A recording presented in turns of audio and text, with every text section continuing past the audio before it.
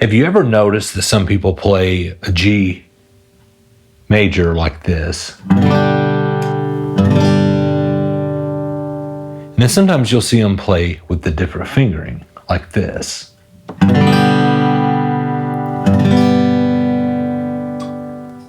Have you ever wondered what that's about? Well, it's not just for cosmetic purposes or to be cool and use weird fingers.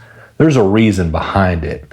And as a beginner guitarist, I think you need to learn 4 different variations of a G chord. We're going to do some G6 and a G major with different fingerings for whatever level you're at. I think you need to go ahead and start practicing all of these because this will set you up to change chords faster and to do more things with the G chord specifically. My name is Brandon. This is MyPOVGuitar. I help you learn the guitar from your point of view. So let's get down to it. Okay, so if you've ever seen someone playing and you might be confused as to why they're doing certain fingerings, or you may have not even recognized that as a G chord because of the fingerings and wondering what someone was playing, I'm gonna walk through the different ways to play variations of the G major chord for the different levels of where you are.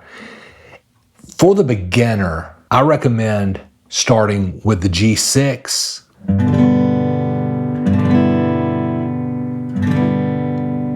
The reason I teach that in the beginning, your fingers are going to be tender. Your stronger fingers are 1 and 2.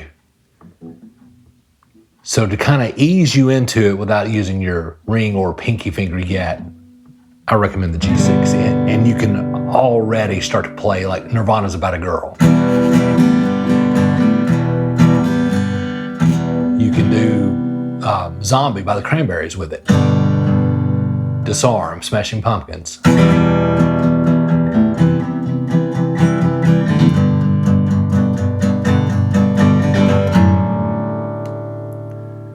So that's a G6. The next thing I would recommend learning, if you can do that and your ring and pinky are starting to toughen up, or in order to toughen them up, this is also a G6, and it's basically the same thing, except you're going to put your ring finger on the 3rd fret, 2nd string, and you strum all the strings.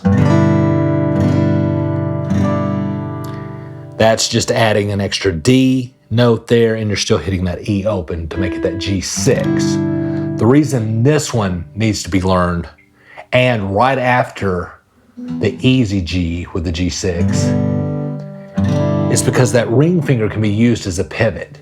You can play variations of a lot of major chords using that with just doing 1 finger adds, D to C to G, E minor, A. So I use those pivot fingerings to help my students change chords quickly.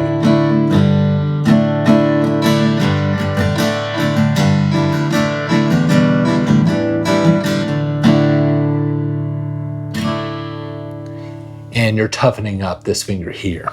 The third one is a G major played like this.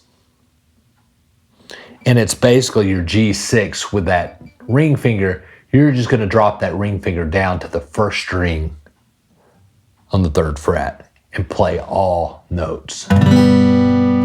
That's a full G major. Another variation of that is adding, if you're playing your G6, add your pinky there, and then you're doubling. It's really full. Not going to get into as much on that one. But there's your full G major. Okay, now we're going to change fingerings.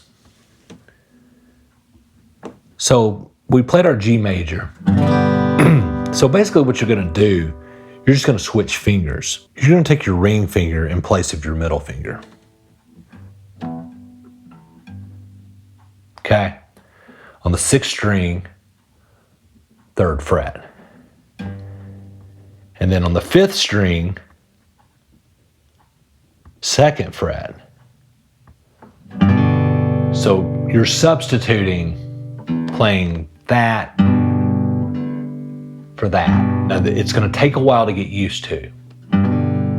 Okay, but this is, as your fingers start to get stronger, here's the benefit of playing a G like this. So to make that G major, we know we had a finger down here on the first string, 3rd fret. Use your pinky. So that and that is the same thing. Brandon, why would I do that? That's so difficult to make. The reason is it frees your index finger up for these notes.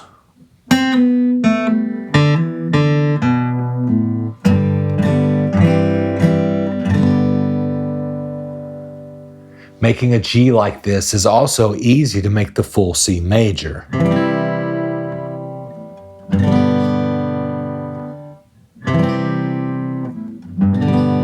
And you can do hybrids. Put a G bass on that C. Do all kinds of things. When I finger peg, there's a thing I like to do with that fingering.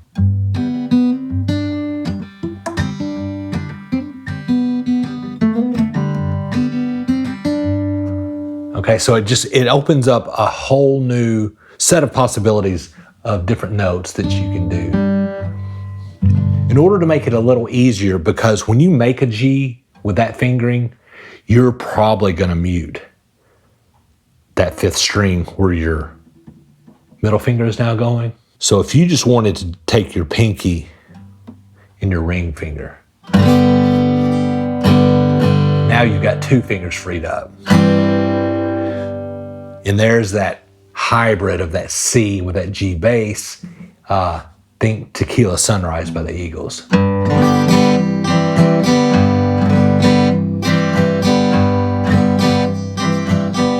It's another tequila sunrise. Okay, you can't do that with that.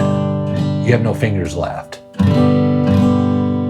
Or the finger you have left, you can't touch anything with that, right?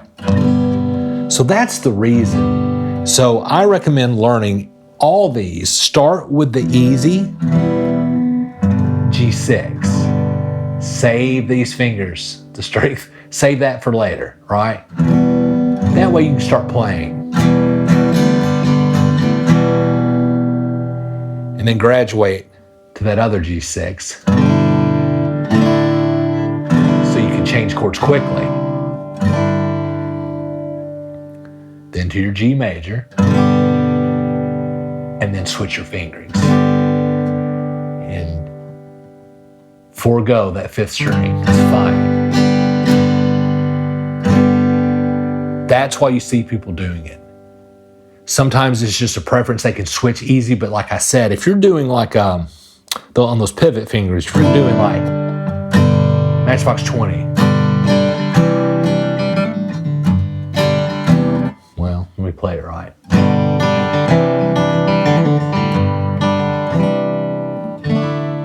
Says cold outside, would you hand me your raincoat? But if you want to do Tequila Sunrise or Suspicious Minds, you'll want to play your G like that. Being able to pivot between one variation, one fingering or the other will save you time. It'll make you more creative as a guitar player, and it will just help you overall. I hope this lesson helped you, and if you want one-on-one help from me, go to the link in the description and in the comments. Also, for the price of 2 lessons, you can get 54 lessons with our beginner course. You can find this at MyPOVGuitar.com. Check the link below. Until then, we'll see you in the next lesson.